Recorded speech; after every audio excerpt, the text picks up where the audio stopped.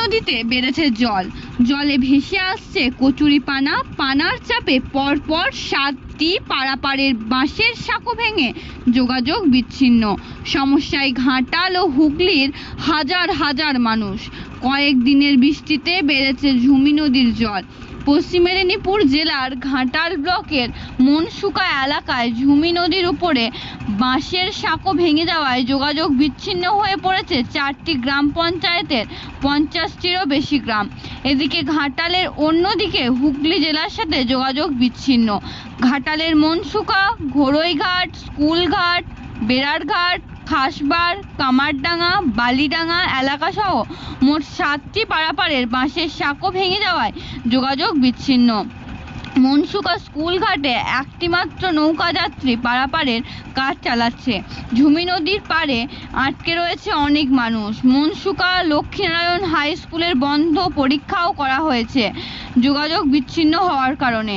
খরস্রোতা নদীতে পারাপারের জন্য চালু হয়েছে খেয়া পারাপার।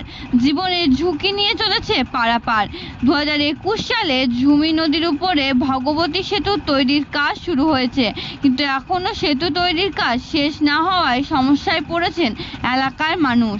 এলাকাবাসীরা চাইছেন দ্রুত সেতু নির্মাণের কাজ শেষ করুক প্রশাসন। জলের তোড়ে হুড়মুড়িয়ে ভেঙে গেল ঝুমি নদীর উপর বাঁশের সাঁকো। জলের তোড়ে হুড়মুড়িয়ে ভেঙে গেল পশ্চিম মেদিনীপুর জেলার ঘাটালের বালিডাঙ্গা এলাকায় ঝুমি নদীর উপরে কোমড়া বাঁশের সাঁকো। জানা যায় এই সাঁকো দিয়ে নিত্যদিন হাজার হাজার মানুষের যাতায়াত। এদিকে ঘাটাল, অন্যদিকে হুগলি। সাঁকো ভেঙে যাওয়ায় সমস্যায় পড়বে বহু মানুষ। ঝুমি নদীর উপর মোট 7টি বাঁশের সাঁকো রয়েছে, সেগুলিও ভেঙে যাওয়ার আশঙ্কা রয়েছে।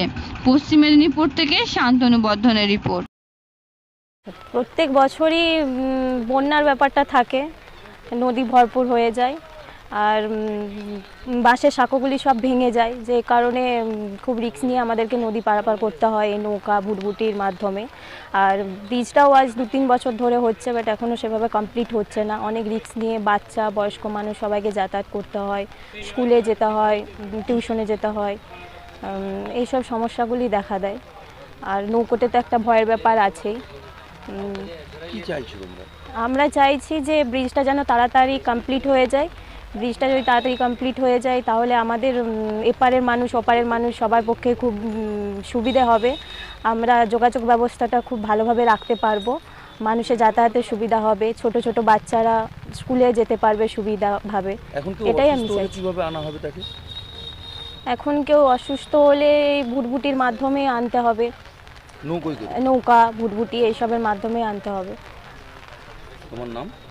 সমাজশ্রী রায় ভূঁইয়া। ভীষণ দুর্ভাগ্যজনক, প্রবল বর্ষণের জন্য ঝুমি নদীর উপর প্রায় সমস্ত অস্থায়ী ব্রিজগুলো ভেঙে পড়েছে। সুলতানপুর, ইটপালা, মনসুকা 1, মনসুকা 2, হাজার হাজার মানুষের নদী পারাপার হতে সমস্যা হচ্ছে। আমরা এই পার্মানেন্ট সলিউশন চাই। তার জন্যে আমাদের যে ভগবতী সেতু দ্রুততার সাথে কাজটা এগিয়ে যাচ্ছে এবং দ্রুততার সাথে কাজটা কমপ্লিট হয়, তার জন্য জেলা প্রশাসনও আমাদের সহযোগিতার হাত বাড়িয়ে দিয়েছেন। স্কুলের ছাত্রছাত্রীর খুবই সমস্যা আমরা জানি। এই অবস্থার মধ্যে ঘাটাল পঞ্চায়েত সমিতি সতর্ক আছে। আমরা স্থানীয়ভাবে আমাদের অঞ্চলের প্রধানদের সঙ্গে কথা বলেছি, উপপ্রধানদের সঙ্গে কথা বলেছি। আমরা যেভাবে সাপোর্ট করার চেষ্টা করছি, আমরা জানি এই যন্ত্রণা থেকে মুক্তি পাওয়ার জন্য পঞ্চায়েত সমিতি যা যা করণীয় সেগুলো করবে। নমস্কার।